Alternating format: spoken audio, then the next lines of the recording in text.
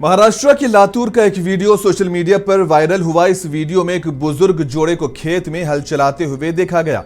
Video में देखा जा सकता है कि मर्द आगे से हल खींच रहा था और औरत हल संभाल रही थी।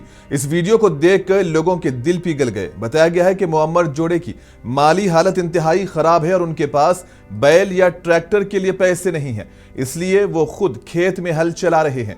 सोशल मीडिया पर वीडियो के वायरल होने के बाद अदाकार सोनू सूद उनकी मदद के लिए आगे आए और एक न्यूज चैनल की पोस्ट पर लिखा कि आप उनका नंबर भेज दें, हम उनके लिए बैल का बंदोबस्त करेंगे। इसके बाद मुकामी इंतजामिया भी हरकत में आई और मदद के लिए बुजुर्ग जोड़े के पास पहुंचे।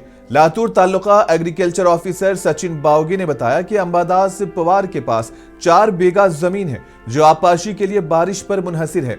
जल्द ही इसे महकमे से एक ट्रैक्टर और 1,25,00,000 रुपये समेत तमाम सामान मिल जाएगा, क्योंकि हुकूमती इंतजाम के मुताबिक 5 बीघा से कम जमीन रखने वालों के लिए यह लाजमी है।